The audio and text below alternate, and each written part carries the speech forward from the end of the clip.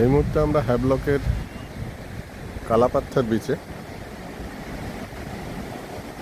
হ্যাভলকের বহুল প্রচারিত যেমন রাধানগর বিচ, তেমনি এখন প্রসিদ্ধি পাচ্ছে এই কালাপাথর বিচ।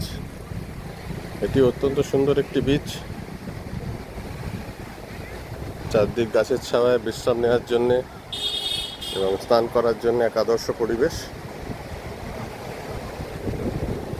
ঘন্টাখানেক সময় কোথা দিয়ে কেটে যাবে বুঝতে পারবেন না। একদম পরিষ্কার জলের বিচ,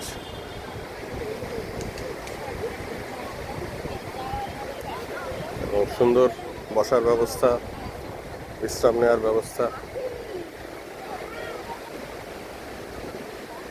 সবই অত্যন্ত সুন্দর, নির্জন।